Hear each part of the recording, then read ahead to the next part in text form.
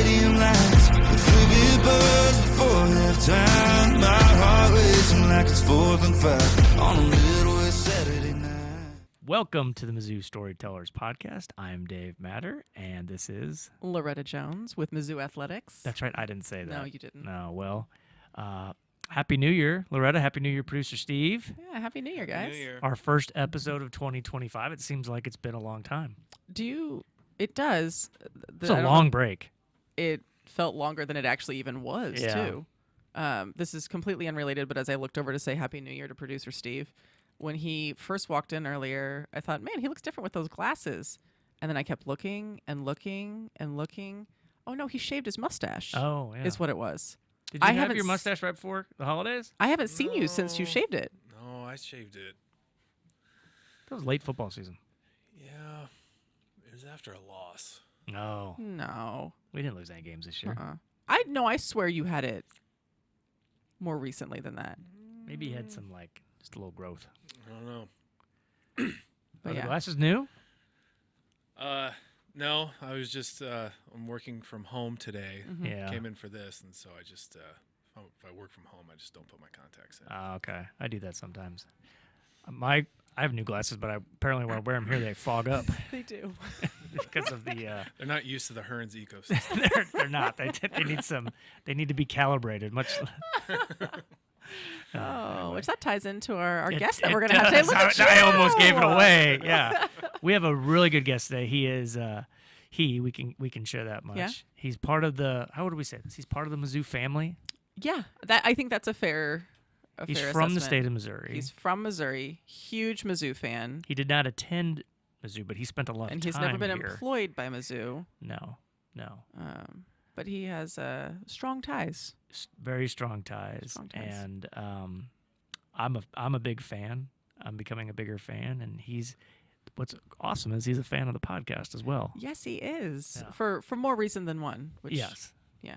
But- Some selfish, but yeah. Yeah, I mean, at this point, you've already heard our guest.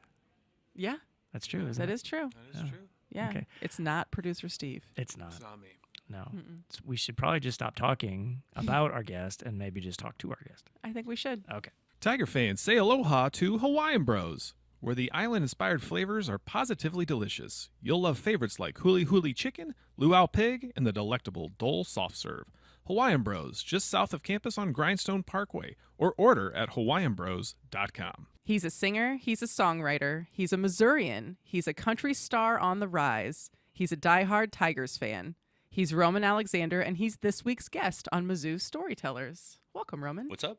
The How are you? first guest of 2025, Yes, it is. which is pretty exciting. I'm really excited. Yeah. I've listened to a few episodes too. All right. Yeah. Okay, that's great. And then, as you know, when the Intro we'll, plays. we'll get to the song eventually. But if you're listening to this now, you heard Roman's voice before you heard Loretta's voice because you were kind enough to let us borrow your song. Yeah.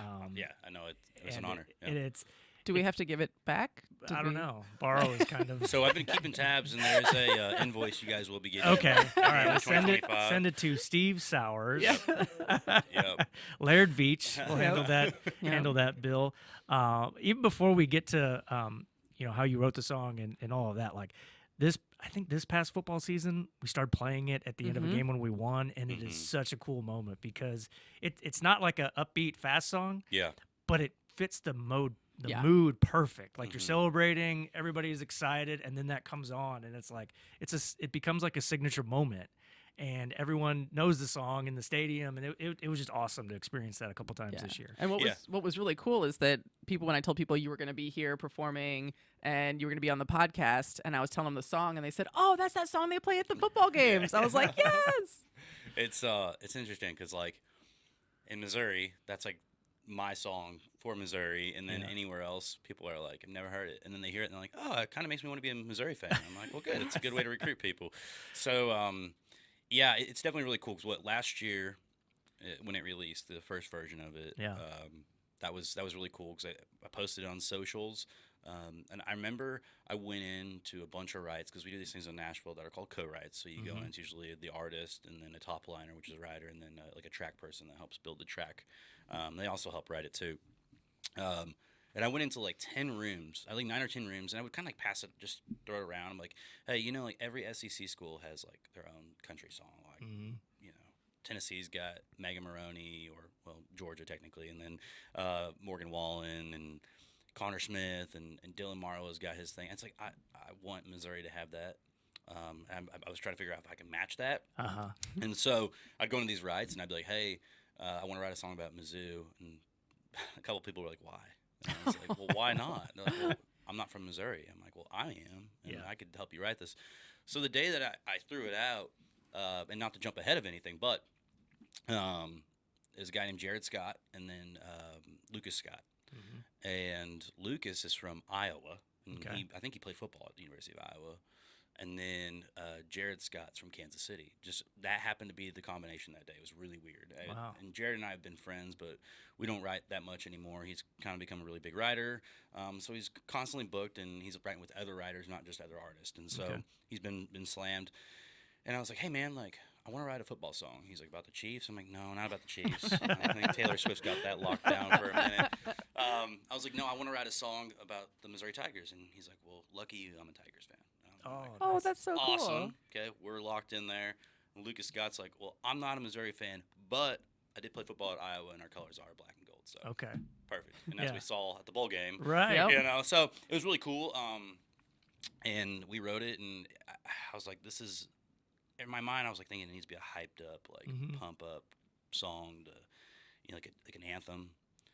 And I tried, and I was like, it just wasn't working. I was like, I want to write really a song that's more nostalgic, and like it's a love song to the state. I love the state of Missouri. It's very, very more sentimental to me than it goes past just Mizzou. It goes past just the family. It's just like the fabric of everything my family was built on. Is that, you know, every opportunity that's been forwarded to my family, and many other families too.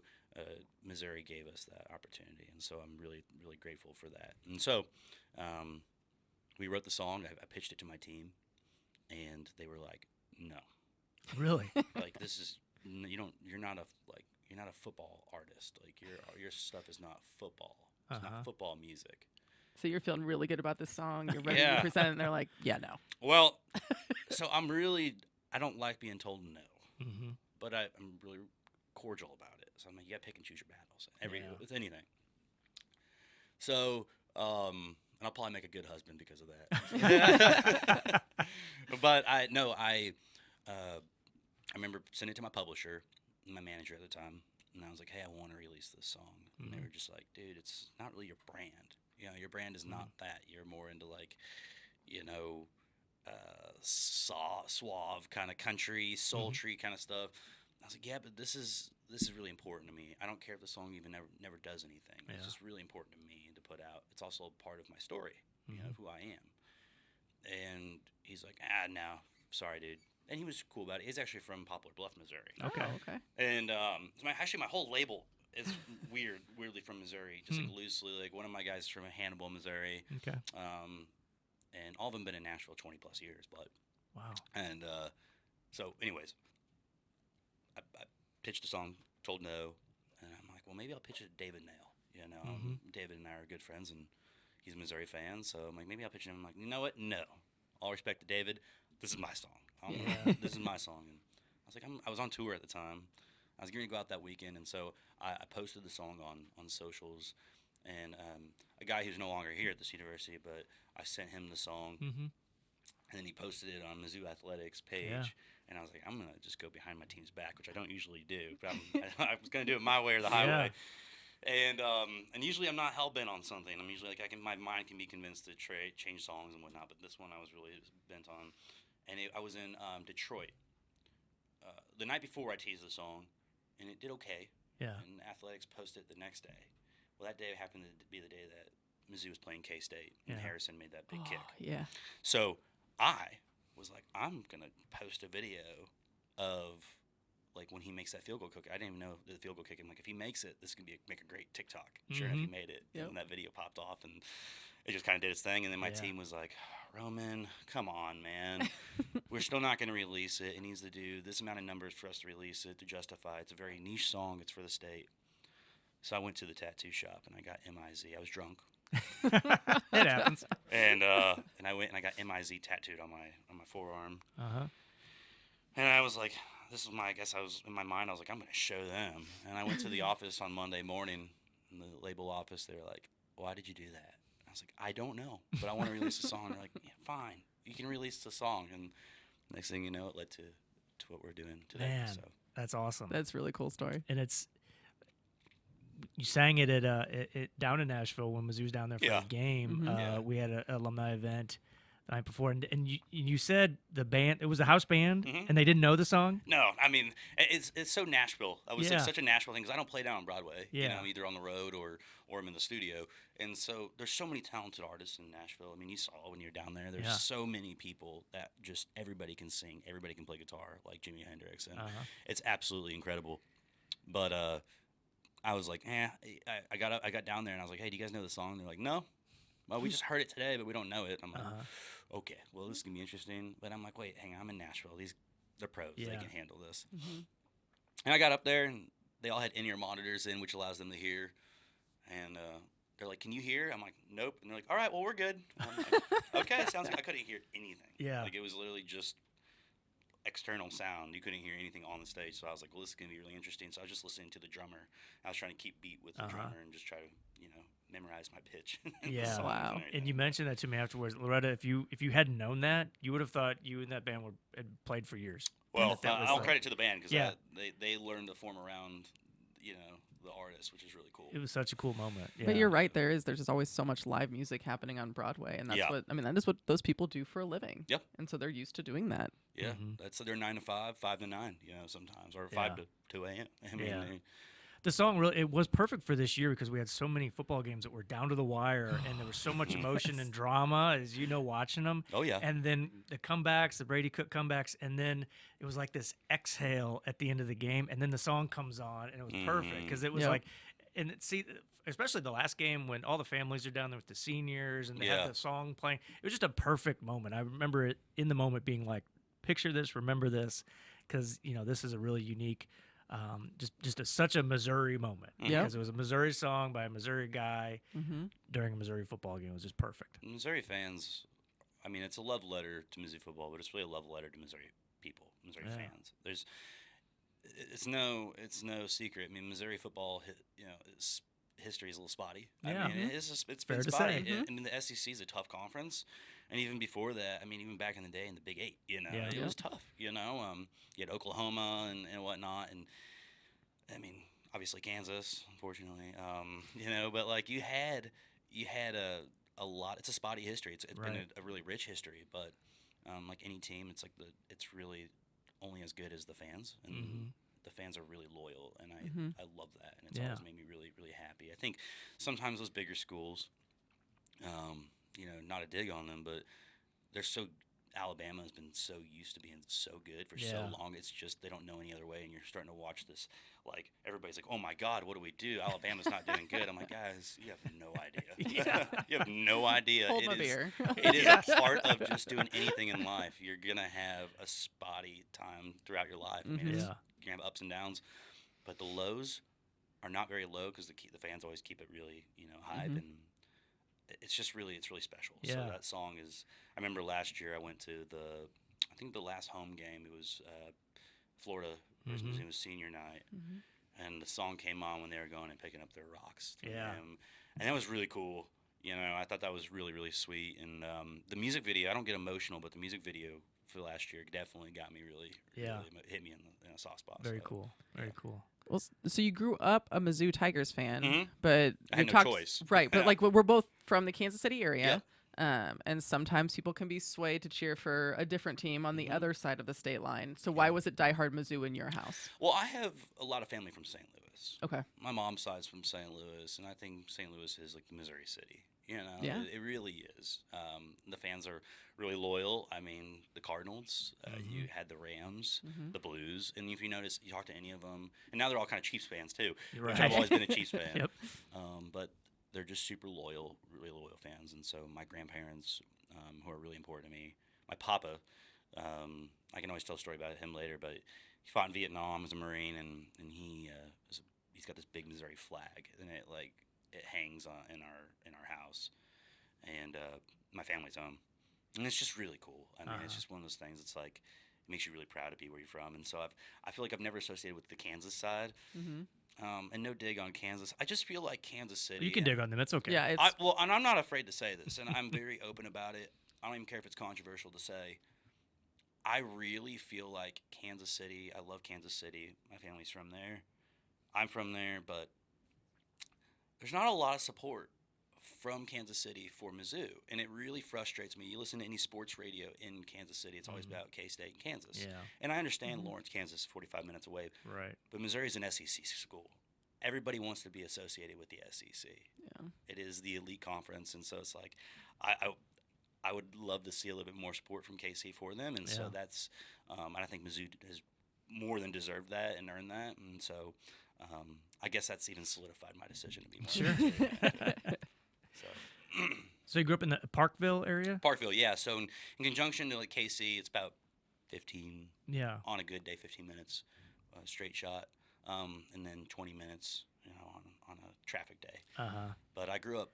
My grandparents are from Mexico on my dad's side, so they lived in the west side, downtown Kansas City. I'm sure you know where that is. You know Sure. where that is. Just it's a little Hispanic Mexican district there, and so I grew up a good majority of my life there too.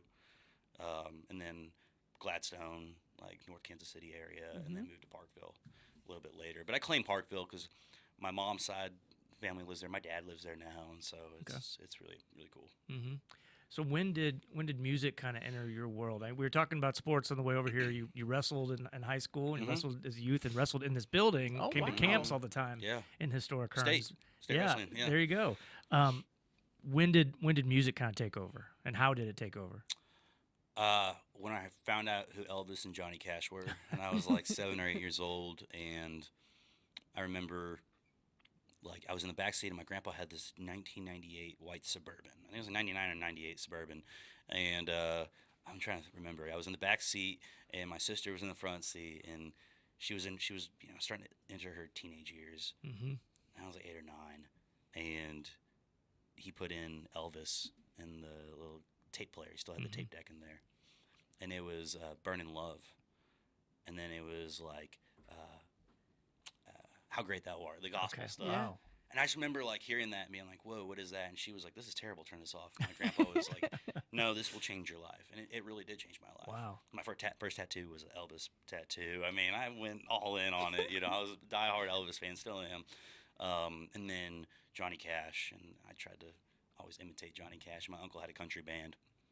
They're called Outlaw Jim and the Whiskey Benders, and they're based out of Kansas City. Okay. They're a country group that always kind of tours around in that area, and so I would go up and sing songs with him in bars at like 9 years old. Really? I know it was definitely illegal for me to be in there, but it was my only chance to get up there and like play and learn. And he was like, the only way Roman's going to learn to do anything and learn how to play is you got to throw him at the crowd and let him play. Wow. So I'm sure there's some really terrible videos and stuff like that. But Were you singing their songs or like covers, or what were you? just Johnny Cash covers like Ring of Fire, Folsom Prison. Oh wow. And my guitar had 2 strings on it, and I would just act like I'm strumming. I was young, and I did this thing. I went to a talent show. I was in the North Kansas City School District when I was growing up, and I did the talent show. I'd never done talent shows since. I would say I retired from talent shows that day. I was too good, And I showed up wearing a black suit. My mom was so proud of me. Like, she was just so proud of me. Like, she was super excited. I remember Walk the Line movie had just came out. Oh yeah. And I showed up, and I had a candy cigarette in my mouth. Oh I yeah. had the black Ray-Bans. My mom was just like, okay, this might be a little too much. But she was proud, and I had like the white collared shirt, and the suit was just like way too big for me, but I didn't care. I was Johnny Cash, And I get up there in the mic and the audition, they're like, all right, you got to introduce yourself. And I was like, hello, I'm Johnny Cash.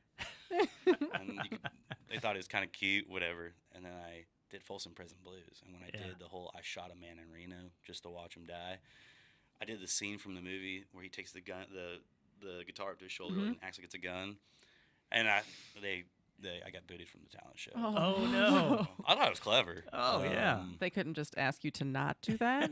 Well, I mean, hey, go big or go home, Right? And so that's exactly. I remember they were like, hey, we just don't feel like it's appropriate. My mom's like, I totally understand, and I left, and I was like, Mom, like, did I do okay? And she's like, you were so good that they don't think you should do it. It wouldn't be fair to the other kids. Oh. So she's protecting me, but yeah. Yeah.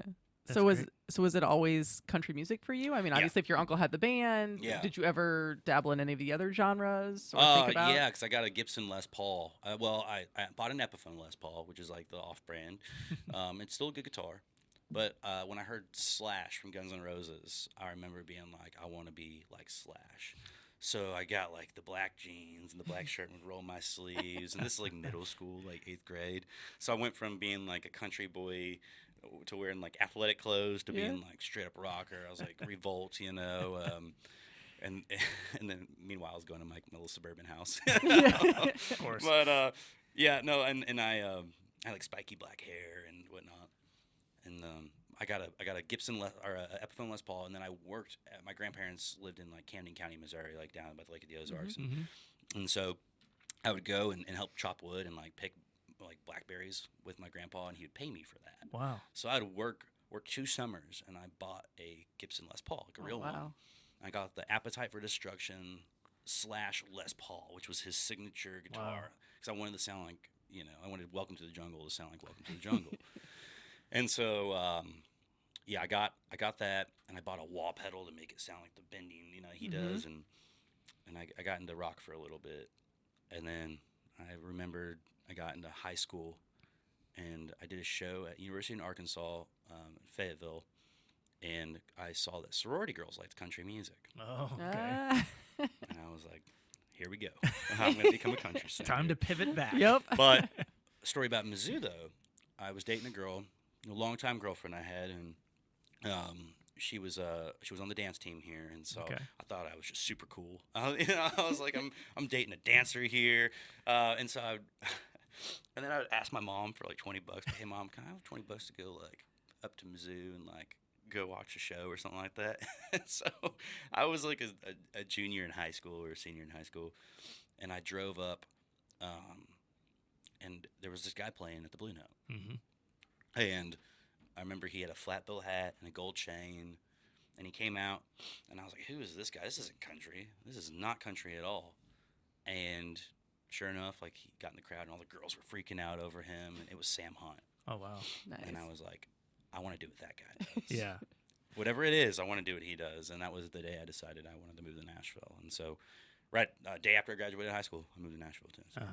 Then you toured with him later. I did, yeah. That's so He's cool. a good That dude. should blow your mind if you full think circle. about the time. Like, Yeah. you saw him on the Blue Note. Wow. Yeah, it hit full circle when I was on the tour. I got asked to be on. We had the same booking agent, and I never wanted to be the guy. I was really fortunate because I got his agent, and I remember thinking, I'm gonna ask his agent if I can go on tour with him. And I was like, wait, don't do that, because that might scare off the agent. And then I can tell the agent was like, he kind of knew I wanted to go on tour with Sam. So he started me out. Like, I went out with Old Dominion, and then I ended up going out with him again.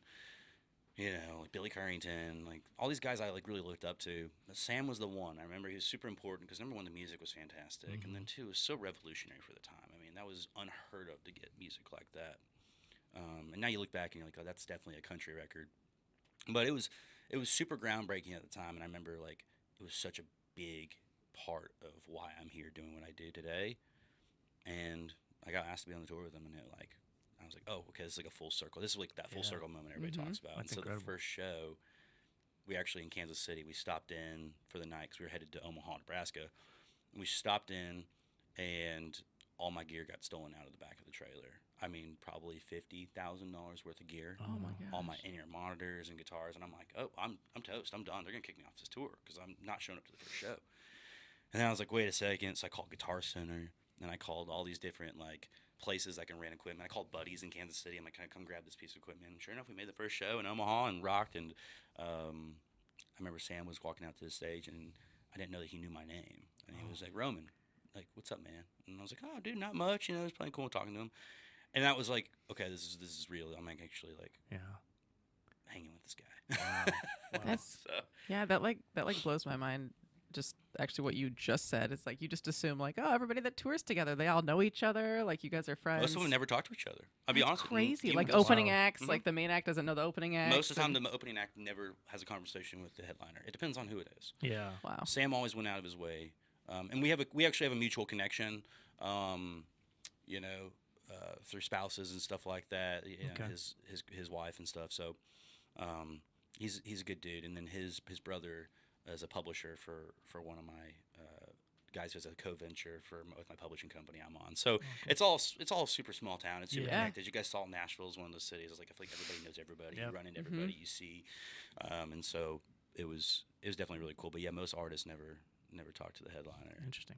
Yeah, You learn something new That's every day. rare. Yeah. Yeah. Let's skip back a couple years. You moved to Nashville. You're 18. yeah. And this is a complete leap of faith, right? Yep. I moved with $1,000. Well, I had $3,000. 2,000 of that I spent on recording songs, thinking that I was going to move to Nashville. I'm going to beat the system. I'm going to record songs, put them out. I'm going to blow up. I'm going to skip the whole 10-year process, and I'm going to become the next big thing. And was anything but that. Yeah. But I moved with $1,000, and my buddy, who's my best friend till this day, was my first manager, and he paid my rent. Wow. And he had barely any money himself, but he's like, I really believe in what you're doing. So he paid my rent, and he saw me in Kansas City play a show, and he was a tour manager for an artist, and he was selling merch for that guy too. And so I guess he saw something, and he was like, I want to move you to Nashville. He lied and said he was this big-time manager. And I was like, Mom, I made it. This is it. And we're still best friends. I mean, I was in his wedding. He's a good guy. He paid my rent and got me started. And so what was in the meantime? Because like in my head, I'm picturing, like Coyote Ugly, like Roman Alexander style. Yeah. Like you're moving somewhere, you're going to be this big recording artist. It Yeah. doesn't work out. Did you dance on bars? Did you bartend? I mean, depends on how much tequila I had. I still do that from time to time, It might happen tonight. The night is still young, Loretta. Yeah. Come on. Oh, jeez. I washed cars, Okay. and I cleaned the gym equipment, and I slept in my car. Wow. So eventually, the lease ended. I didn't have any money. I was spending everything I had on probably alcohol and I was young, Yeah, right. Yeah. My college years were in Nashville. Like Yeah. I went to the University of Nashville, basically, University of Broadway, and I washed cars at the Audi dealership. And that's actually how I met David Nail. Okay. So for anybody who doesn't know what David Nail is, he's from Missouri. He's a country singer, and he's Yeah. had multiple number ones, very successful. And I was one of the guys I also looked up to. David actually opened for Sam on that tour. Oh, wow. Or no, Sam opened up for David. Oh, Sorry, okay. Sam opened up for David on that tour. My bad. And yeah, I remember I was washing cars at the Audi dealership. So I'd wake up at 4 a.m., go clean the gym equipment, go drive I had a Subaru Baja, which is like a truck Subaru, those little ones. It was clearly a chick magnet, Yeah. It was no. And I would drive to the Audi dealership 40 minutes away. And I got the Audi dealership job because I figured it was a good way to meet wealthier individuals who are in the music industry. Probably some executives would come in there. Yeah. And I was somewhat right. There was some that went in there. Like I would steal business cards out of their cars. And I learned, like, maybe don't steal, just take pictures of it, and then I'd make fake emails and act like I'm a record executive, and I would, like, email them and whatnot. It was, the whole hustle story. Sure. Yep. But I would sleep in my car, and then I would get out of the car, and I would go into the dealership and wash cars for 12 hours. I mean, I would work the extra shifts. I would take any shift, and I'd go and bounce between that and the BMW dealership to try to, like, get some extra money. And any penny I had, I would just put back into music, enough to cover my rent. Barely enough to feed myself. Like there's some months some weeks I would purposely, this is so bad, drink some beer. Like I drank a big case of beer because I had carbs. Yeah. And it was alcohol. Why not? Have fun, It was a terrible mindset that I look back now, like, just go get food, Right? And I'd get the taco box from Taco Bell and, like, all the stuff. I literally felt like I was in a fraternity. Yeah. But David came in one time, and he came in, and I left him a note in his car because he claims it was not a Cubs hat. I claim it was a Cubs hat. I know it was a Okay. Cubs hat. And he had a Cubs hat on his dash because he loves baseball. Yeah. And I was like, that doesn't sit right with me. You're from Missouri. You shouldn't have a Cubs hat. There's nothing wrong with the Cubs.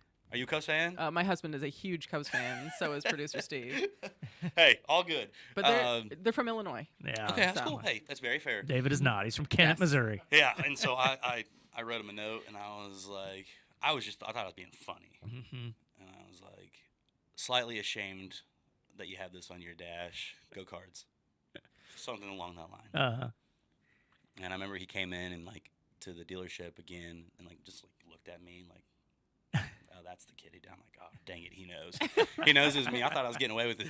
So I saw him at a bar, maybe a year or two later. Yeah. And I was like, hey, man, I'm Roman. He's like, yeah, you're the guy that left that note on my dash, aren't you? And I was like, yes, I am. He's like, hey, nice to meet you. I'm David. And we just clicked, from there on out. And then when the song came out, we like connected. Yeah, I mean, he might be the biggest Mizzou fan I've ever met. Oh, he's big time. Big. He knows. He's got this like weird ability to name every player that's ever played for Mizzou for the last 40 years. I mean, it's really crazy. He also knows every baseball stat known to man. Yeah. So he loves the we sports. need to get him with Connor Jordan. Oh yeah, we could. I think they were talking to each other. Were they really? I think so. We all. It was kind of a. Was a it lot upstairs? going on that night. Upstairs? Yes, Yeah. upstairs, There's a guy that works in our office that is also just like a Mizzou savant. Really? Mm-hmm.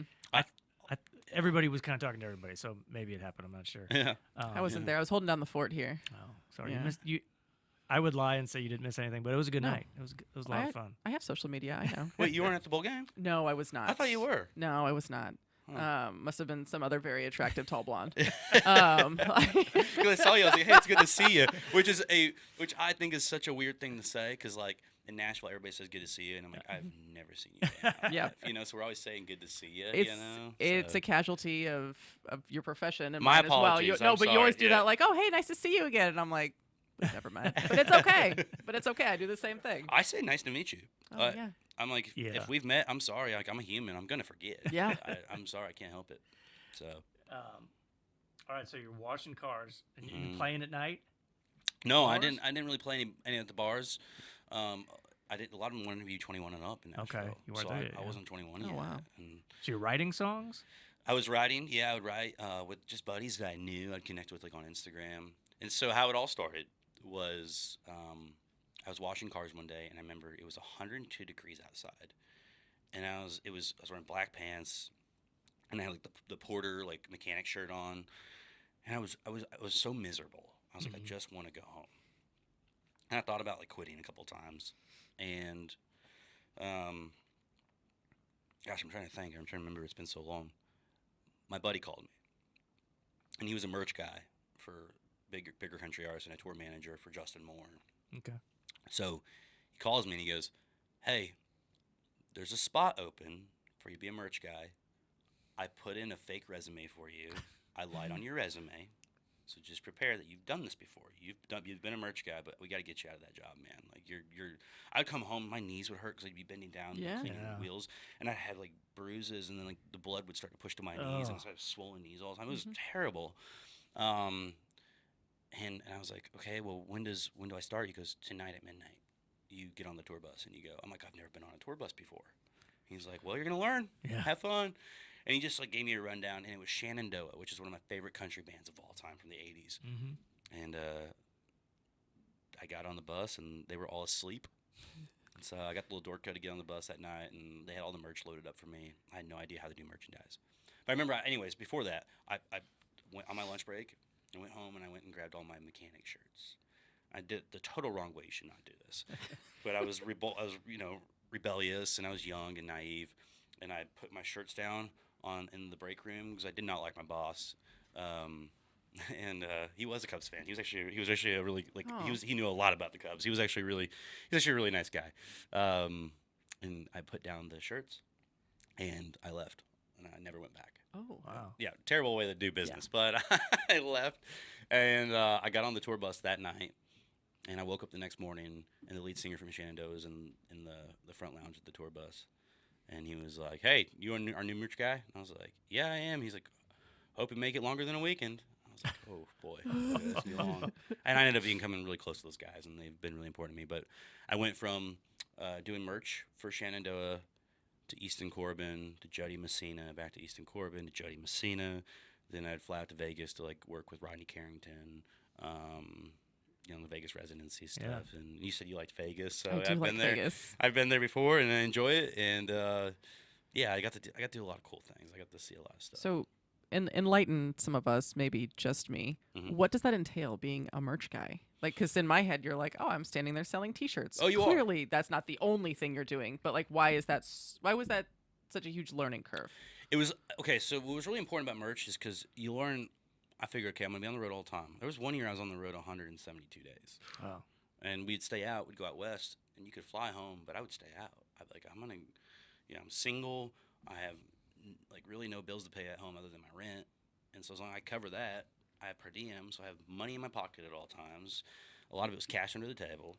So I was like, I can stay out and kind of just go enjoy and have fun. I had to rent a car for the weekend in L.A. and like it was cool, like it was fun, so there was a lot of free time, but when it was work, it was hard work, and it was a lot of grueling, lifting a lot of boxes. And when Easton would play these arenas, we'd be on tour with somebody. You would have to load all these boxes into these arenas, and it would take hours. And then you got to work with the tax people on taxes, and I got really good at like figuring out. My job became to figure out why a shirt wasn't selling. So I'd go out there and figure out, okay, it's not selling here. It's not selling here. Here's what we need to do for marketing to figure out. So I got more of a marketing experience from it. Cool. And it taught me, like, if I'm going to be on the road this much, I either I'm going to like it or I'm going to hate it. And it's going to teach me to like a tour bus or hate a tour bus, Yeah. And I liked it. I loved it. So that was really the biggest learning experience out there was that. But it was a lot of work, Like, I started co-tour managing. Yeah. So that's a lot of coordinating flights, and a lot of people were angry at you all the time. So you learn to just deal with confrontation, and when people are upset, you just got to learn to just chill it out and pick and choose your battles. Yeah. So when does the transition happen then, when you're in, you got your foot in the door in the industry doing merch, but you're not performing or recording. So where does that transition happen? So Instagram was starting to pop off at the time. Yeah. It was starting to be like it was before TikTok. So you'd have Instagram that you'd share your videos on. So I was like, wait, I'm on a tour bus every weekend. What if I fake it till I make it, and I just make videos on a tour bus, and it looks like it's my tour bus. Wow. And I post in different cities, so it looks like I'm on tour all the time. It's genius. And I built fans that way. People would be like, where can I go see you? And I'd be like, oh, you missed me. I was just at Amalie Arena in Tampa.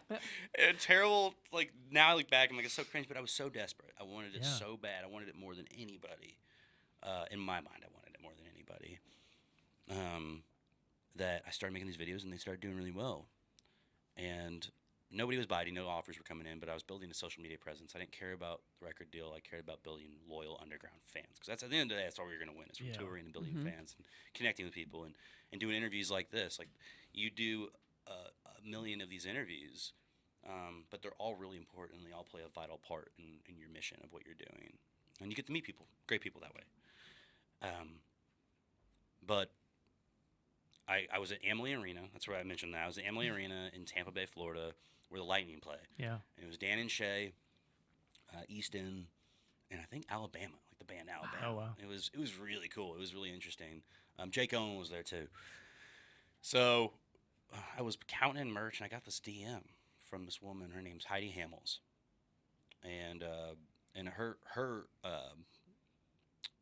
partner at the time was a Cubs player, actually. He was a pitcher for the Cubs, Cole Hamels. Okay. So Everything comes back to the Cubs. yeah, it does. No, it is awesome. And and I love Wrigley Field. I just played there played a thing for them not that long ago. It was a good time.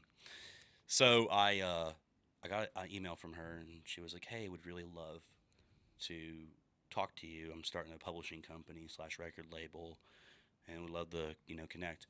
I'm like 22 at this time, like 21, 22. And I was like, I don't know. I don't want to know if I want to be a person that's just starting. Like, in my mind, I wanted to go big or go home. Yeah. And that's where I learned.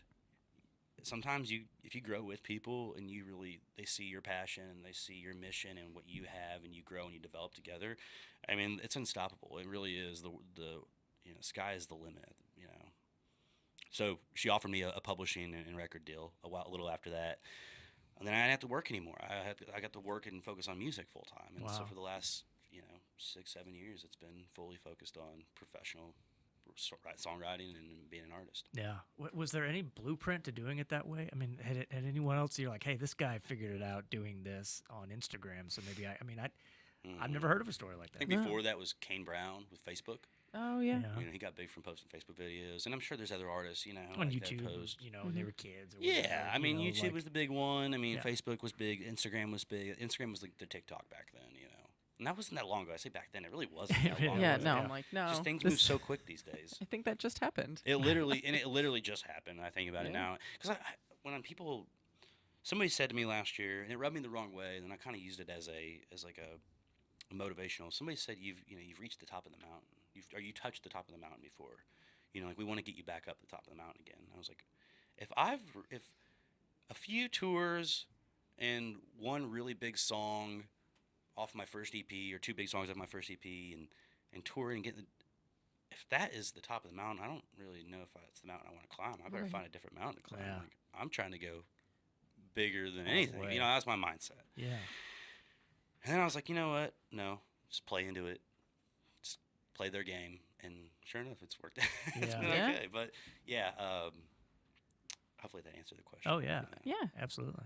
Yeah. So obviously getting that DM was huge. Would you consider that your big break? If you had to look back and say, like, this was the moment that my career changed, like that I became a career musician, because you've always been a musician, but became a career musician. What would you consider your big break? I don't know. I don't know if I've had it. I mean, it changes. My big break happens all the time. Artists are always trying to stay relevant. That's our big thing. It's always about numbers. It's like, hey, that was really kind of the frustrating part. My first EP, I mean, well over a few 100 million streams, and that's life changing. It really is life changing. And then right after that, I got a radio single with a country artist, and so I had my first radio single, and each time I was like, okay, well that's my life changing. Now this is life changing. Now this is life changing. I feel like my goals are always evolving. So I always try to keep myself humble enough to think like I haven't ever like had that aha life changing moment. But I really think the life changing moment was the day my mom bought me a guitar. Yeah, that's awesome. She didn't have a lot of money. My parents were divorced. She didn't have a lot of money. $80 was a lot of money. To her, and she spent $80 to go get me this little acoustic guitar, and that became how I started. Yeah. So that was the day everything changed for me. It was the day my mom got me a guitar. If I really had to like get down to brass tacks and think about it. What was it like then touring? As you're the artist, you probably got your own merch on sale, and that just what was how life changing was that? Just change your mindset, your perspective on things when people are not coming to see you. Well, it's expensive. Yeah. Being an artist is expensive. I mean, I don't think people understand, and they don't need to. They don't need to understand. It drives me nuts when my buddies are like, man, if only people understood. I'm like, they don't need to. You're making music for them. This is what you signed up for. Sure. I don't want people to see the nitty gritty like that. I want them to enjoy the music, come to the show. It's supposed to bring people together, not divide people. Yeah. And so, the owner of the label, she was like, it's going to be really expensive. Like, I hope you understand that. And, like, obviously, label pays for things. But, like, merchandise, I had to pay for merchandise. And I remember I paid, like, I took out a loan one time to pay for merchandise. And I'm like, I'm going to sell out of all of this. And I moved, like, 30 shirts. And I ordered, like, 800 shirts. So still in my garage. I was going to say in the garage. It's like Christmas for the last 4 years in the Alexander family has been about Roman doing Alexander what merch. they do with the Super Bowl stuff. Like when the other team doesn't win, they drop it over in like third world countries. And so there's some kid, running around with the Chiefs shirt from like 2019 when they didn't win against the Bucks. But I mean, like I thought about doing that. I'm like, you know what? It'd be cool to do it that way. Yeah. But then I'm like, no, I'm gonna keep this as a reminder. Sure. It's always a constant reminder every time I open my garage. So you learn it's expensive, and then you get to go on the road, and it's really cool. And people, like, hey, this song changed my life. This song reminds me of a breakup I had, or whatever it is. Meeting the fans is always like the coolest part of my job. I love that more than anything. That's my favorite part. Yeah. This episode of Mizzou Storytellers on the Inside Mizzou Athletics podcast is brought to you by Sophia's and Addison's Restaurants. Sophia's and Addison's Restaurants are great local spots to visit before or after all Mizzou home games. Addison's has 2 locations in Southwest and downtown Columbia and features over 20 beers on tap, including local brewers and, of course, their famous Nachos Bianco. So remember, before or after the game, stop by Addison's. Do you find yourself getting recognized yet? Yeah, I do. It's actually kind of crazy. It's even on the Mizzou side too. Like I was in Tuscaloosa for the Mizzou Alabama game, and it was an Alabama guy who came up to me. He's like, "Hey, you sing that Mizzou song, don't you?" And I'm like, "Oh my God, he's gonna want to throw hands with me here," because like they're notorious like aggressive fans. Supposedly, that's the word. They're mean, and they were so nice. They were like, "Hey, we're really really happy to have you guys here. Welcome to Tuscaloosa." I was like, all right, hey, you know what? I like Alabama. That's awesome. It's easy to be nice when you destroy the team that you're playing. Well, Yeah, So- yeah. I couldn't tell them like, do they feel bad for us today? Yes. You know? But no, it was a great game, and everybody was so cool. Just remember how hot it was. Oh my God, were any of y'all down there for that? No, No, no, sir. it was not. You're thankful you weren't. It was really hot. It was warm. And then you're drinking beer out in the sun, and so you think that's hydrating you. And that's No, not it's not. hydrating you. Actually, who was it? Luther Burden's. I think it was his grandmother, or his aunt, or something. Uh-huh. Was sitting in our seats, and she didn't know. She didn't actually accidentally was like in the wrong seat. She was just okay. a seat up. And so my uncle was like, "Hey, you're in our seats." Like super nice, but and she was like, "No, I'm not." And because she thought it was her seat, she really was just right behind us. And he's like, "No, this is our seat." And she's like, "No, it's not. It's not your seat." And he was like, "No, that is my seat." And I was like, "Oh God!" Oh, And no. I look at her jacket, and I look at her shoes, and I look at her shirt, and it's like LB3. I was like, Yeah. you know what? We'll take the seats right next to you. It's all good. You can have those. No, she was super cool. Then she's like, "Oh, I'm sorry. I didn't realize I was one seat up." But that was cool. That was a cool time down in Yeah. Tuscaloosa. That's awesome. So, but yeah, I do get noticed. Nashville, Kansas City, and in the Midwest. It's a lot of my states are mostly Midwest. Every artist kind of has, unless you have a big national #1 song. You have like my buddy Justin, who's here. He's from Georgia. Mm-hmm. So there's a lot of Georgia artists that like hit that Georgia Southern circuit. They can hit that SC circuit down there. And mine's always been Midwest. I'm a Midwestern guy, so I always push the Midwest circuit, or I go out west to like California. Mm-hmm. So it depends on where I go, but yeah, I get noticed. I was thinking like, so you watch a lot of sports. We've seen you a lot of Mizzou games, obviously, at Yeah. the bowl game. When you're watching these athletes perform at a really high level, like how does that compare to being on stage? Like, do you think like what's harder in your mind, like doing what you do at the highest level, or like watching Brady cook in a 2-minute drill? Are there comparisons, like performing in the heat of the moment with everybody watching? You're on a stage. Yeah, I guess that's the biggest comparison. Your bad days are really bad, and your good days are good, but they're never good enough for people. yeah, You know, Brady could throw a perfect game, and somebody will always find a way to critique it. mm-hmm.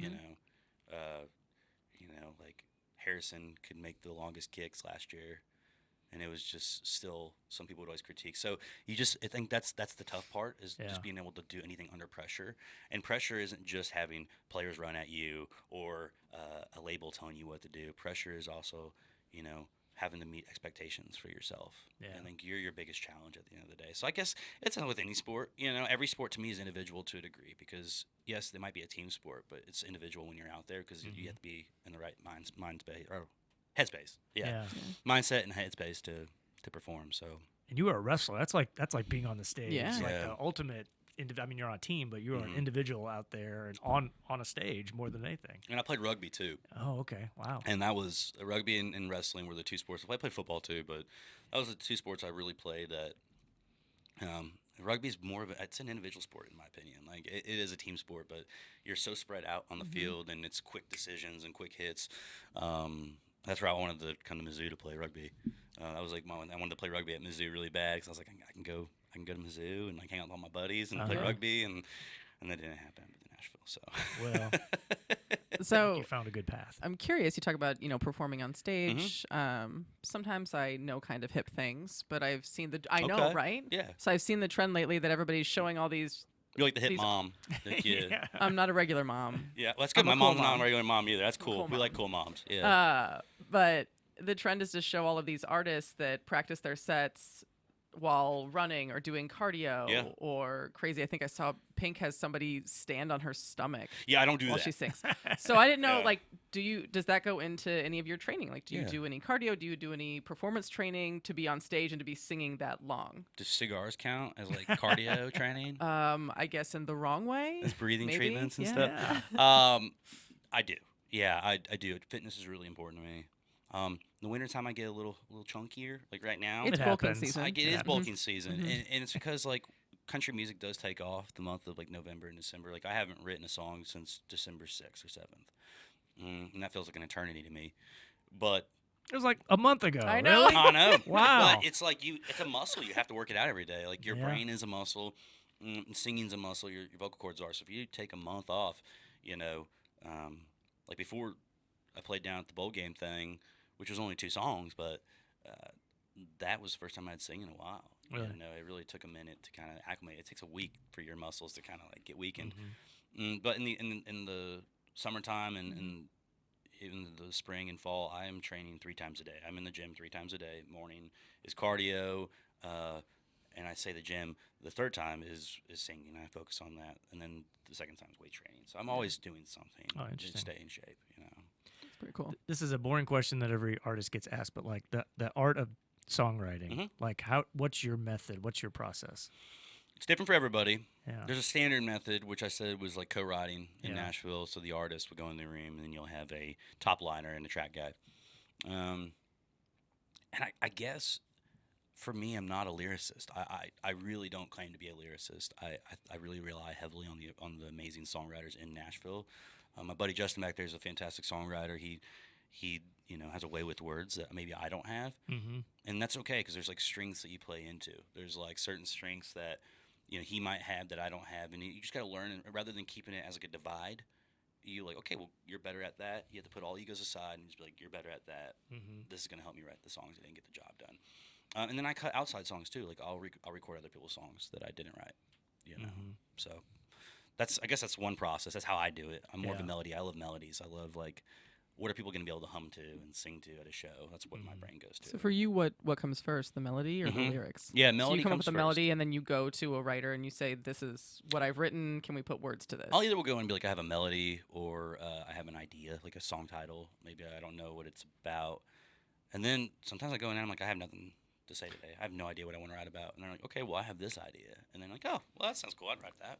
Next thing you're writing another song. So, there's that process. It's a really interesting. Nashville's a really interesting place. And it's so filled and not oversaturated, but just saturated with so many great songwriters. It's really magical. I mean, you guys saw it on Broadway, when you're down there for the bowl game. Yeah, absolutely. So. And how many people down there, either songwriters or performers or people on Broadway, that they came down with the leap of faith that you had, and did the same thing, but you made it. So like, you ever reflect on that? Like, man, that it maybe didn't have to work out the way that it did, and it still might not work out. Yeah, I guess that's my feeling of like, look, okay, so one thing, I come from a really big military family, and I've always been taught, don't celebrate your wins. You focus on your losses. Like, people always highlight Michael Jordan as the greatest basketball player of all time, which he is. But people always look at the shots he made. Yeah. The Air Jordan logo. Everybody thinks about the shots he made and all the crazy plays he did. Same with Magic Johnson. But his failure bin, his big old pile of failures is far bigger than the ones he ever made. And I know that for a fact because anybody who's ever been great at anything or good at anything failed way more than they ever succeeded. Yeah. We just only focus on the wins. We see the wins, which people should only see the wins, but there's so much that goes on behind the scenes. I'm like, I've failed so many times, and I felt like my career's come to an end so many times, and then it's just like, okay, one more day. Just one more day. Go give it one more day. And then that one more day turns into 2 more days. And if I can just, our publishing deals are based on 1-year deals, right? So you get options. So it's 1 year, 2-year options. So the publishing company gets 2 years to decide if they want to keep you and whatnot. So it's like a contract, like a sports contract, or like a coaching contract to a degree. And I'll get to that 1 year, like 3 months before, and I'm like, oh gosh, they're gonna probably drop me this year. I can just feel it. And that post one song, it goes viral, and then they're like, well, we might keep you this year. I'm like, awesome. So it's just like, make it one more day. Yeah. I think it's when you start to focus too much on how good you're doing, you lose sight of the bigger picture. Yeah. I've had that. I mean, I remember getting my first like royalty check, and I felt this feeling of like getting too comfortable. And I was like, I'm getting too comfortable, and I felt myself getting lazy and starting to slip. And it hurt my career. It really did. I noticed momentum slowed down. So I was like, I don't need to work as hard. Yeah. I can kind of take a couple months off and enjoy and go on vacation and, pay off some bills and get myself out of debt from when I moved to Nashville. Yeah. And I was able to, and it was a blessing. But rather than using it as a blessing and using it as a tool to grow, I kind of let that hinder me a little bit. Yeah. And so I kind of I'm such a plain person.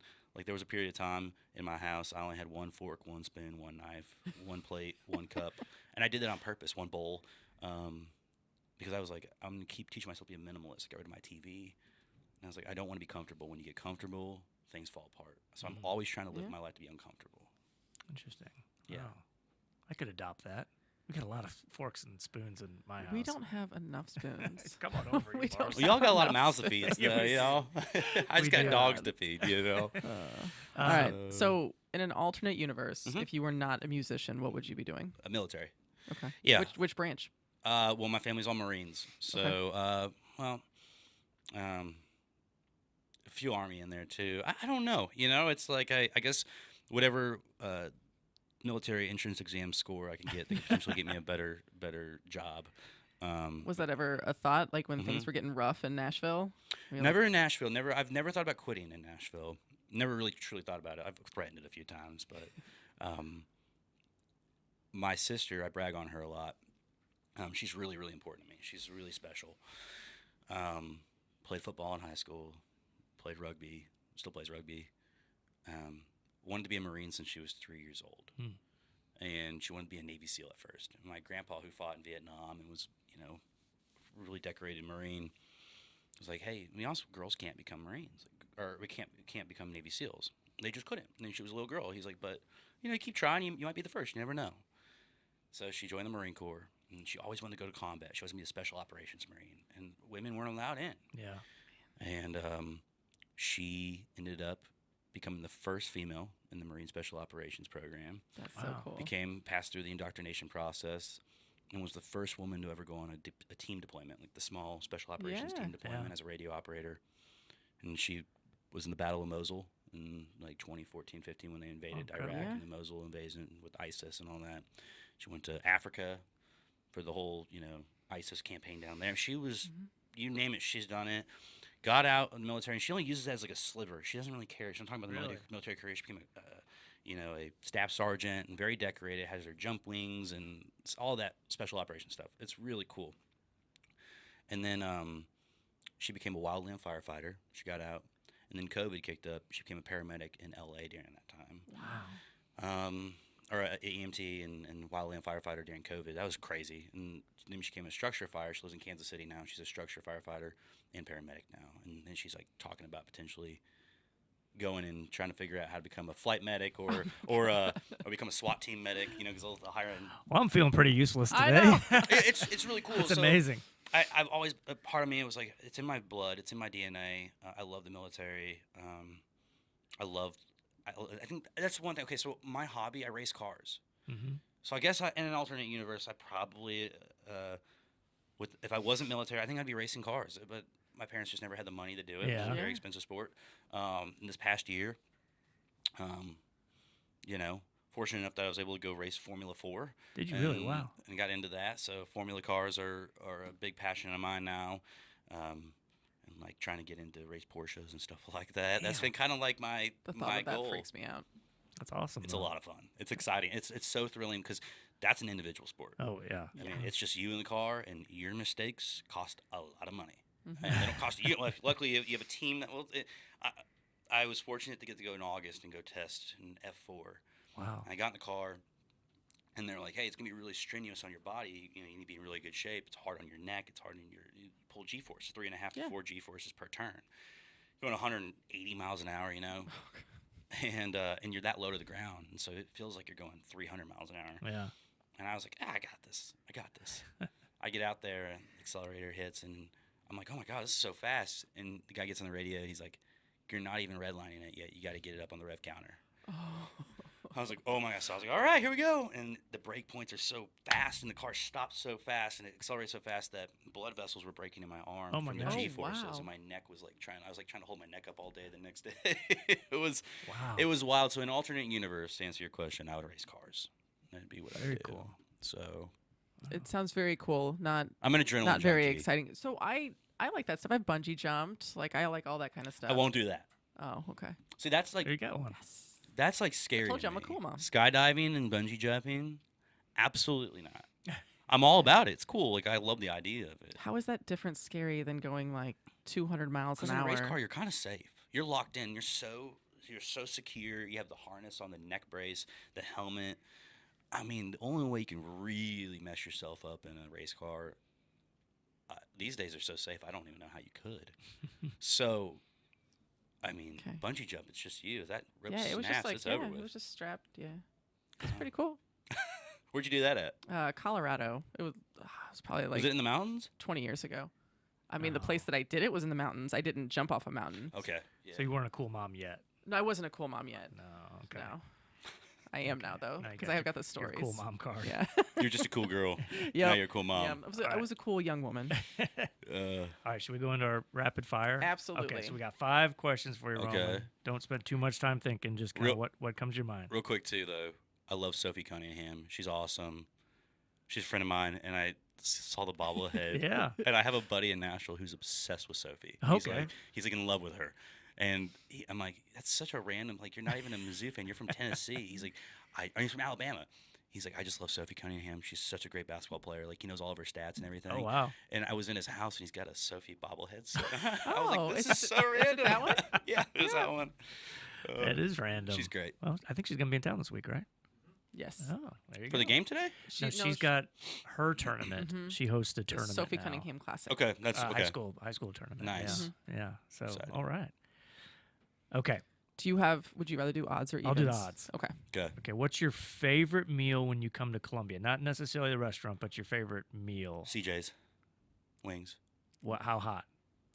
Just mild. Regular Okay. buffalo. Yeah, I don't go too hot on them. Okay. Good They have answer. good pitchers of beer too. They do. Yeah. They do. Oh, I like Camp Pie. Sushi's pretty good too. Camp Pie. Camp Pie. I mean, there's so many. I There mean, Tellers is good. I mean, there's so many. I could go all day. Tellers is back. Yeah, just reopened. Okay. All right. Favorite venue where you've performed? Yes. New Hampshire.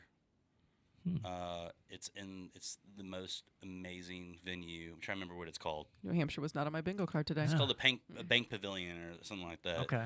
It's an amphitheater there. I did it with Old Dominion, but backstage they have all-you-can-eat lobster, crab, and oysters. Wow. What is that? So that's why.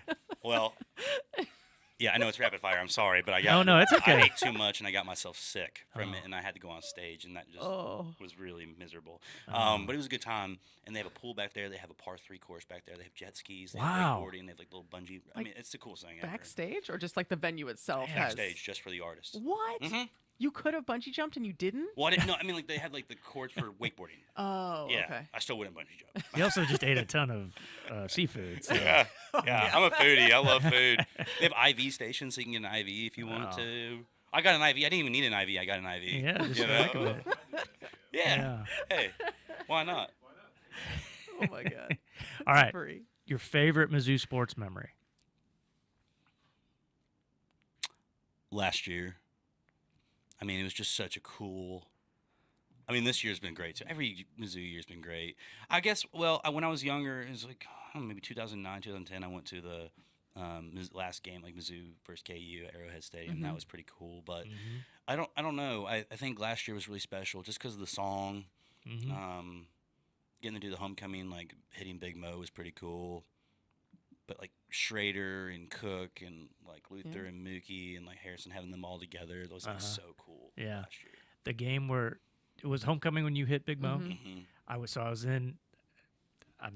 This is not name dropping, but I was in the 80s. Go ahead, name I was drop in it. the 80 suite during the game with Mr. Nail, and I said to him, like, "Do you know Roman?" He's like, "I know Roman." He's like, Yeah. "First met him at a car dealership," Yeah. and I had no idea the context until today, until you share it today. So. Yeah. Or that's when he first crossed paths with you. Yeah, yeah. What a liar. He told me he was in the stands. That Well, game. he was moving around. I know. Gosh. He was up there in the. Not to be a name dropper. You drop names I every episode. love David. He's a good guy. He is. He's awesome. Okay. All right. Favorite cover song that you would add to your set? In Color by Jamie Johnson. I love that song so much. Yeah. I really do. I mean, I have other songs too. I could name. There's a million cover songs I like. Yeah. But that song is just cool because it's a moment. You know, you can play it real slow and everybody's like, "Whoa." Uh-huh. You How know, does that love the process song. work with covers? Like, if you want to cover somebody's song in your set, what do you have to do? I don't think anything. If Really? there is, I guess I'm gonna get invoiced sometime. Which is Yeah. later, but I don't Yeah. think so. I think venues have to pay the BMI fees and like ASCAP fees and royalty stuff. I don't deal with any of that. Do you ever break out Ring of Fire and do the guitar up like the? No, but I should. Now that you say that, I Yes. might Yeah. break that I thought for out. sure the answer was going to be Johnny Cash. Yeah. Yeah, I know. You get some PTSD from that talent show. Yeah, candied cigarettes and slick back hair and a suit that probably borrowed from my dad. They still make candy cigarettes. Really? Dave found some for the kids and thought it was funny. I took them and threw them away. Start them young. Yeah, start them young. Yeah. They're good for you. Yeah, yeah. They're pure sugar. Sugar, And obviously. then you graduate to pure just toxic chemicals. Yeah, there Oh, you go. God, no. Yeah. Okay, last question. This is a two-parter. If you could perform or record, actually, this makes it like a four-parter, but just either one, perform or record with any artist, who would it be? First is someone who's no longer with us, and then two, somebody current who's still alive. Probably Elvis, right? That'd be cool. Yeah. Well, and I'll tell you this right earlier. The Storytellers, you can tell us. Yeah. Well, with Elvis, my Yes. mom's name is Lisa Marie. Really? Oh, cool. My grandpa was a big Elvis fan. Yeah, so clearly. her Is name's is that why? Yeah. Her name is Lisa. Yeah, Marie? and Okay. so there's the airplane down in Memphis. Yeah. They call them Lisa Marie, and the font is on the side, Lisa Marie. So I got on my tattooed on my arm. I have Lisa Marie right here. That's awesome. cool. I got this first. Well, one night, might or might not have been at the bars beforehand. Yeah. I went and got a tattoo of this girl wearing an Elvis jumpsuit, and she has got a big butt in the art. And people will ask me like, "Who's Lisa Marie?" I'm like, "My mom." Well, for months I couldn't figure out why people would like stare at like my friends would all be like, "Okay, cool," or like another artist or writer would be like, "Huh, interesting." I'm like, "Why is it? Is it an ugly tattoo? What's wrong with it?" And I looked down one day and I was just like chilling. I don't know what I was doing. Show that to the camera. Oh yeah, and it just hit me one day that people think that this is my mom. It's like an Oedipus complex. Yeah. So I've been trying to figure out a way to cover it, and now Yeah. I don't even want to cover it because it's kind of a good story. That's a Yeah. good story. Yeah. Absolutely. But somebody I'd record with that's alive now. I don't know honestly. Or perform perform with. live. I love Billy Currington. I really do love Billy Currington. It'd be cool to like put a song out with Billy Currington, but like something like beachy, like he does, like out on the beach, or like Kenny Chesney would be awesome. Yeah. There's so many layers to country music right now that like you can not be a fan of some subset, but Yeah. really like other artists. It's called just really country cool. music. There's something for everybody. Yeah. And it literally is something for everybody. There's people who are like, I hate traditional country, but I like your country, or people are like, I hate your songs and I hate your music, but I love. And I mean, I've had people be like, your music sucks. I'm like, hey, you took time to think about it. You listened to it. Thank Yeah. you. Thank you. Hey, Yeah. Gave it a It's shot. a stream. I'll take Yeah. it. Yeah. So, I Absolutely. got 0.3% of a penny on that. Let's go. It adds up. Dinner's on me tonight. Let's It do adds it. up. All right. Final part of the podcast. Here we go. You are going to be on the board you of picked a good fame picture here. too. Yeah. Yeah. And we don't always. So We don't Some people always. pick out some crazy pictures. Yeah, sometimes we try to embarrass our guests, but we're not Okay. going to. Okay, you got to do it yourself, but be careful. This is very shaky. I don't want to like cover somebody up or No, it's something like okay. that. We're already Somebody's past head that got point. covered up Yeah, that's already. me. Yeah. Oh, really? Yeah, my head got covered up. It's okay. There's a little That's what I play spot here. there in the middle. Now be careful. This thing will fall. There you go. Perfect. There we go. Awesome. Cool. Love it. Roman, this was awesome. We said, I think the promise was made. I think you spoke of Tony before. You used to be with us here at Mizzou. That if we could borrow the song, we'll have you on as a guest at some point. And that was over a year ago. Yeah. And now we made it happen. He sent me a message. I was at Casey's gas station. Uh-huh. And he was like, hey, can we use the song? Usually there's like a process you go through. It's like, yeah, go through like the team and my label, and they have to write it down in a POI thing. And Yeah. I just was like, no, we're not doing any of that. You can Yeah. have the song. And it's in a written agreement on a text message. You can have it. And he's like, cool, sounds good. Awesome. And I was like, yeah. Well, So you're in town. We Mhm. got to let him plug, right? Yeah, absolutely. Yeah. So you're in town to Yeah. perform at halftime tonight of the men's basketball game. Yep. You gonna drop any new ones on us, or just old favorites? I don't know if I'll drop any new ones, because I'm always scared I'm going to screw that up, and that's kind of that's a bigger stage to be on in an arena when you got a spotlight and you're the only one out there, and it's just you acoustically. You don't have a band to cover up any of your mess ups, so I'll do the ones I know by heart.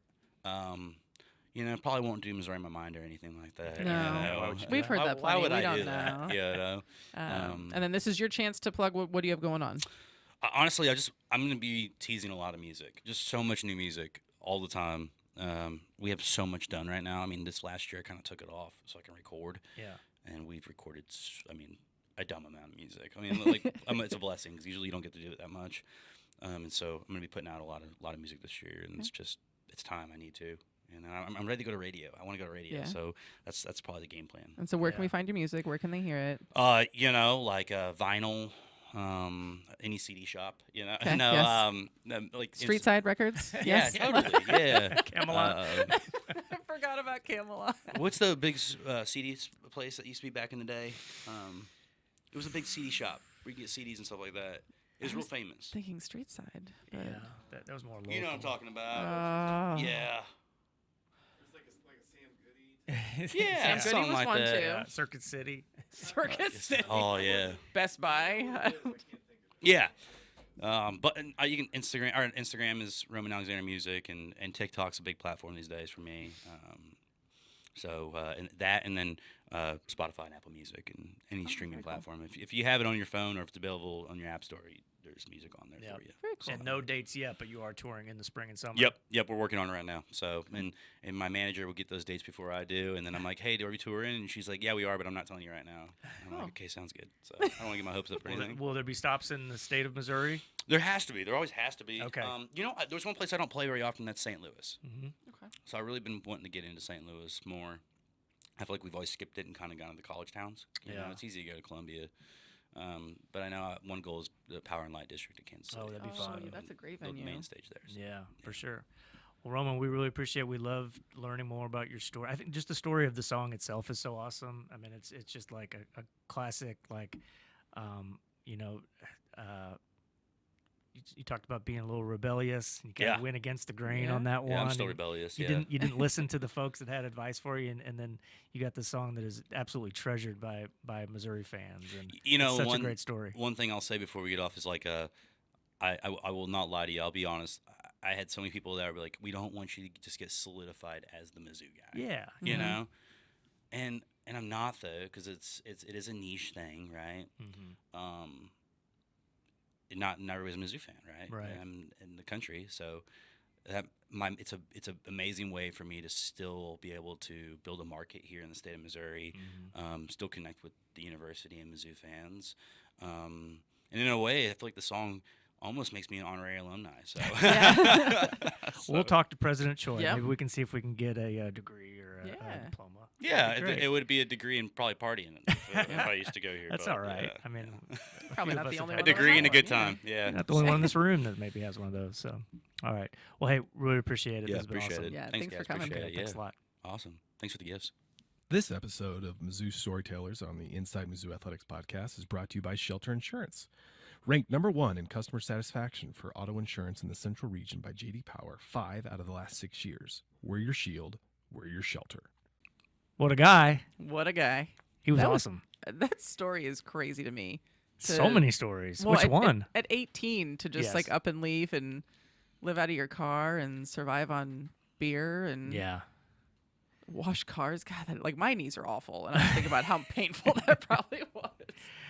Yeah, I just love like the story of the song, and I know he's not, he doesn't want to be defined by the song, but we are on Mizzou's campus, and Right. he's here to play that song. Like that, the story of that song is kind of the story of his career. Like it just, the odds were probably against that song being produced and distributed, and he did it anyway because he believed in it, and that's kind of the story of Roman's career as an artist, which is really just getting started. Yes, because you think of artists like he moved to Nashville to become this big country artist, and you'd think of him performing in bars and Right. recording at home, and it's quite the opposite. Like he was just working and grinding just to stay relevant. Yeah. Like in the industry. Right. He wasn't, like he said, he wasn't even recording music, which is just what you think happens. Yeah, that's kind of. I just assumed he's Yeah. playing the bars and the honky tonks in Nashville and writing songs, Yeah. at night and washing cars during the day. But no, that was the story about doing the merchandise on the road was just awesome. Just a really inspiring story. And I'm a big Roman fan. I'm gonna keep being a big Roman fan. I want to see him. Yeah. I I want to see him, hit that mountaintop that he said that, maybe he's got to find a different mountaintop Yeah. if somebody thought he already reached it. He's already touched the top of the little one. He wants the big one. Yeah.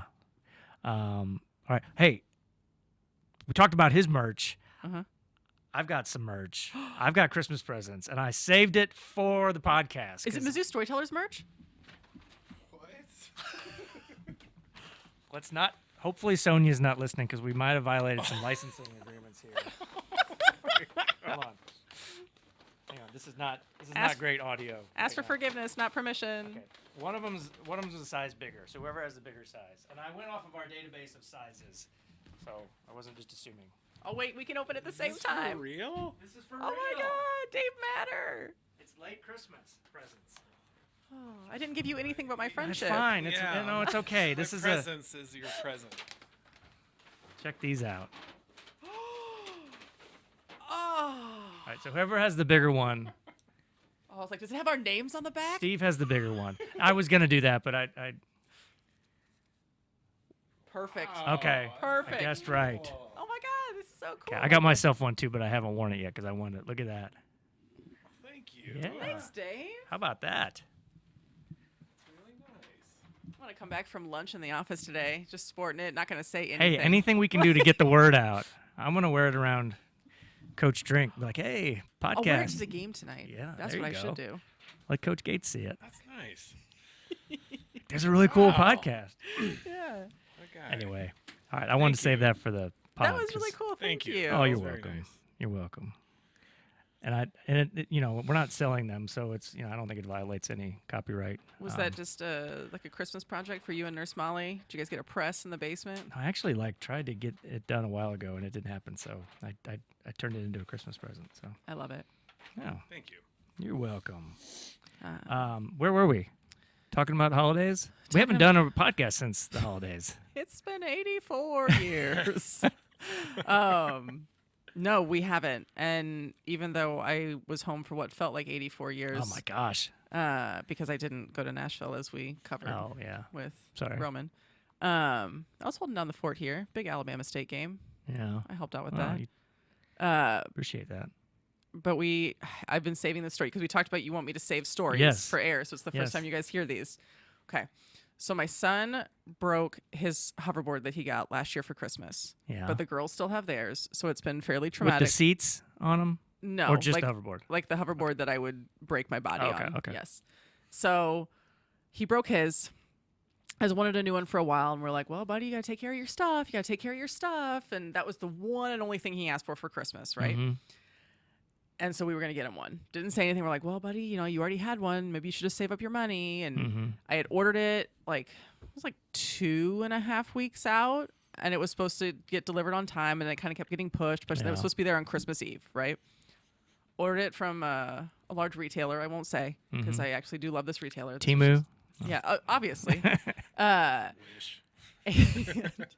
So it was supposed to be there Christmas Eve, but tracking information was not showing up. Yeah. And then Christmas Eve morning, it shows up with a tracking number. I click on it, and it is out for delivery in Fresno, California. Yeah. Spoiler alert, I have not moved. I still Yeah. live in Columbia, Missouri. Oh no. I am flipping out. So I immediately do just in the morning, just the chat with the customer service. Like, Oh, hey, here's wow. what's going on, blah, blah, blah. They're like, oh, we will let our team know immediately. We'll either get it rerouted or a new one sent out. So sorry about that. I'm like, okay, but it's still going to be here today, right? Yeah. They're like, yeah, it'll be here today. Fast forward 3 hours. Still hasn't been updated. It actually shows that it's out for delivery still. And I'm like, this isn't good. So I get a hold of another person. They're like, oh, yep, I see the note. If you can just wait till the end of the day, just in case it hasn't been updated. I was like, what's the end of the day? They're like, if you would please wait until 10 p.m. Central Standard Time. I was like, that's not the end of my day. End of my day is going to be here at 2 o'clock when I Right. want to move on. Right. But they said, okay, fine. So then I waited until 7 or 8. Uh-huh. And this time I chat again, and they're like, oh, we see it, blah, blah, blah. It shows that it's been delivered. I was like, so I look, oh, it has, to a doorstep that's not mine. Oh. I was so mad. I was so mad. And I'm like, I've tried to, how did this happen? I entered the address Yeah. correctly, blah, blah, blah. I call somebody, talk to them. They're like, all right, let's, we'll check on it, whatever. Okay, this needs to get done.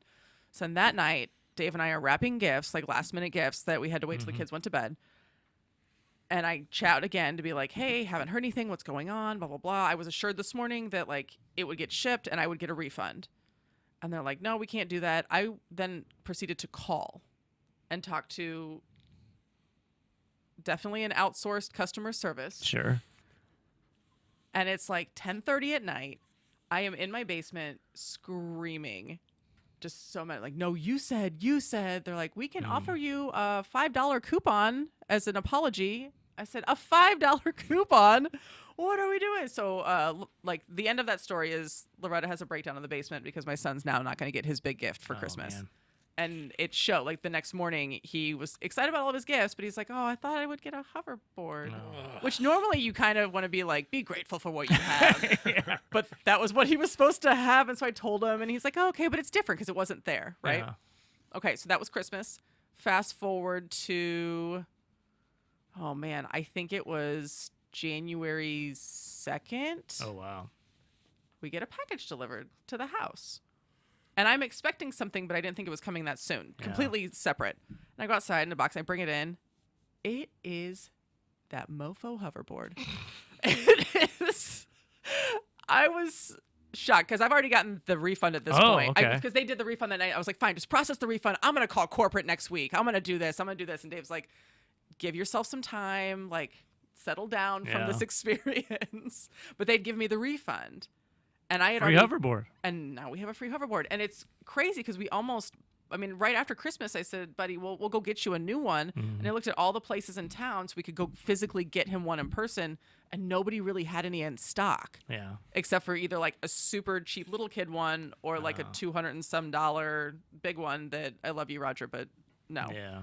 And so I was like, buddy, we'll have to wait. We'll have to order one online. He's like, okay. And so now, we're a week after and it just showed up. Yeah. It's like It a just bonus showed up. present. Yeah. Yeah. That was my holiday break. Happy ending. Man. Yeah. I got somewhat similar. I got Molly a present. Like, speaking of artists on Instagram, I'm scrolling through Instagram one night, and Molly loves Stevie Nicks. So I got her like one of her favorite like Stevie Nicks albums on vinyl because we have Oh, cool. we have a record player. So I got that. Not a big deal. It's not like we listen to it a whole lot. It's more for like posterity. Yeah. But I saw this on Instagram. I see this Stevie Nicks sweatshirt that I think she would like. I'm like, okay, I order it. Kind of an impulsive buy. Yeah. It went through China, and I get an email like a week later that it was still in China. And here we are, Christmas Eve. It is still in China. So I'm tracking it. And the other day, so we're way past New Year's. I track it the other day, and it says your estimated delivery time is April 5th, 2022. 22. So I need a time machine to go back in time to get this Stevie Nicks sweatshirt. So I just gave up on it. It wasn't cheap either because I had to pay the, because it came from China. Oh, so it was So not then team, it was not Temu. updated it, and it was actually in Chicago, and then it was in Kansas City, and then it got delivered yesterday. And all the while, I just told her like, "You have this gift," and There's a lot of buildup for this yeah. gift now. So I think she was expecting something, so I give it to her yesterday. I didn't wrap it or anything; it was still in the package. She's like, "Oh, I have this." Yes. Like, what? She's like, I've got a T-shirt version of this. I never wear it. I'm like, oh. Well, maybe now that it's on a sweatshirt, So now she she's will. like, she's mad that like, the gift is not anything special. Also, I'm in trouble that I didn't notice that she had it already, and probably because I spent more than I needed to on it. So you had the not happy ending version of my story. yeah, you guys like your sweatshirts more than she likes hers. So just put it that way. Oh. Yeah. I have this. Yeah. I was like, wait, what? But I how are got you- this from China. What But are you if she- talking So about? hard at this. When if have you she been never- to China? If she never wears it, how are you supposed to know she has I it? know. I guess she doesn't like it. I don't know. But she does have the sweatshirt version now. I love that so much. Yeah. Will Matter got a hoverboard like with the seat and like the That handles. yes, Yeah. that seems to be the cool thing now. My Yeah. kid just wanted a replacement hoverboard. He just rode it all around the house for like 3 days and was getting a little stir crazy. Logan got roller skates. Oh. She is a fan. Yeah. She roller skates all over the house, and then when it was nice, because it was really nice right after Christmas, she was roller skating all over the cul-de-sac, to her friend's house, everywhere. She's like, "Man, I've only had these for 3 days, and I'm like a pro." Yeah. I was like, "Oh, kind of, Wow. yeah." Well, we did miss you guys at the bowl game. bumped into you at Bragging Rights. Yes. That was super random. It was, yeah. I was there 'Cause we with weren't- my brother and his family. Yeah. It was a fun game, not a great finish. Yeah. Fun game. Bowl game was a good time. Oh man, I know. And I was at home watching on TV. Dave had to work a half day, so I even Oh, man. waited and had it queued up ready to go, so when he got home we could watch it and fast forward. And then when I came up here for the basketball game that night, we had it on in the courtside club, Yeah. and I was able to watch Yeah. it. So that was pretty cool Everybody- to celebrate that. Oh, sure. Everybody asks, who had more fans there? I'm like, I don't know. We're all wearing the same colors. I'm like, Mizzou, obviously. No, I think we did have more. Our section was bigger. And then just to see so many Mizzou people out the night before was really cool. And every honky-tonk in Broadway, at one point or another, bands were playing Brightside. Oh, that's Because- so cool. Fans were asking or paying them to play it, so that was pretty cool. That's fun. That would have been really cool. Yeah. Roman did not play Brightside. He played Missouri on My Mind. Yes. But it was a really good version. Like we talked about, I wouldn't have known the band didn't know it. They all just jumped right in and played. It is so true, though. I've been to Nashville twice, and both times, every time you go to a bar and the band's playing, you just Yeah. assume they know all these songs, and nobody has music up. They're just playing. Mm-hmm. Yeah, it was a good time. The weather was better than what we came home to. It That's didn't. for sure. Well, yeah, I didn't see It was- anybody. Nobody had coats on in the pictures. Oh, it was looked- the sun was right on the Mizzou section for the first 3 quarters. So I got a sunburnt on because it was warm, and then the sun went behind the stadium. So fourth quarter was a little chilly. It was Oh. just a little bit. It was perfect football weather. Oh, though, yeah, absolutely. for December 30th. It's what it was probably supposed to it be on was- December 30th. It was incredible. Had a good game too. That was one of those games. I think I've been conditioned now to watch Mizzou football games. To be, if it's close, we're gonna win. We're down 10. I'm like, Brady Cook's gonna find a way to win this game, and we'll kick some field goals. We'll make some timely stops on defense. That's just what this team does. And sure enough, that's exactly what they did. Dave Jones did not believe that halfway through the second Well, quarter. He's not a believer. Huh? Well, he's a lifer, Yeah. well, It reminds me. Somebody posted the other. Speaking of football, that was not always good. Somebody posted that the other day after the Chiefs game, the Chiefs Broncos game, and somebody posted, "Oh, so you think that was bad? That's what I grew up with my whole life. yeah. That's what Chiefs 38-0. football used to be." Yeah. There's some asterisks on that game. What else we have? Got some snow days this week. Snow days. The never-ending Christmas break for our kids. Yeah. What are the Never-ending odds the break. first day back to school is a snow day? After the biggest snow we've had in really years. I don't Yeah. think I've lived in Columbia now again for 6 years. I don't think there's been this much snow since I've we're- been back. We should be done for snow for the year, right? We had the Arkansas football game, and now we had this. I That's don't know. it. It's supposed to be a tiny bit more this weekend, I think. Well, hopefully everybody's safe, and And hopefully by hopefully, the time they're listening to this, it's all melted and gone. our kids have been back in school. Oh, It's the gosh. cold weather that is what I think is going to linger that will make them stay home. Ugh, yeah. Well, on that note, busy time of year. It's always busy. We always say that. Yeah. Got a lot going on. Lots of reunions. Did you go to Beauty and the Beast? I sure did. Oh, that was awesome. I took my girls. Roger had something, but we took the girls. Oh, that's and- right. I saw you there. Yeah. And Logan was mesmerized by Yeah. she likes the wrestling. It's like sensory overload. Depending on where you're sitting, you're trying to watch a wrestling match, and you've got 4 gymnastics events going on. At So the same time. somebody else said that too, and I said, is there something wrong with how my brain works? Because I felt like I was able to kind of focus on everything at the same time. It's hard to watch the scores though, and Watching the wrestling score was tough because it was on that little Yeah. smaller podium screen. But otherwise, I feel like the way gymnastics works with kind of how quick their events are, you were able to catch almost the entire duel, Yeah. and also catch most of the rotations. Yeah.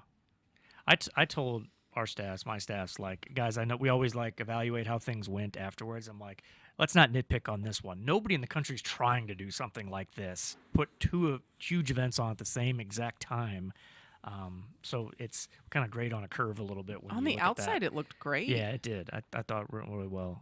Videos were great, and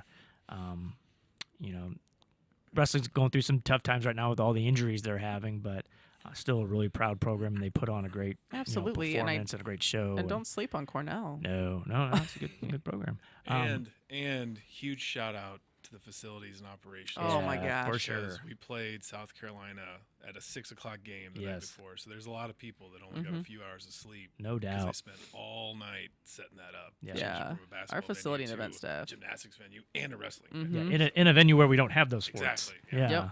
Yeah. So, shout out to all those folks, and yeah, we hadn't had Beauty and the Beast in like 6 years, and it's because it's really hard to do. Yeah. It's really hard to pull off. So, that was really fun. So those sports are continuing, and Mm-hmm.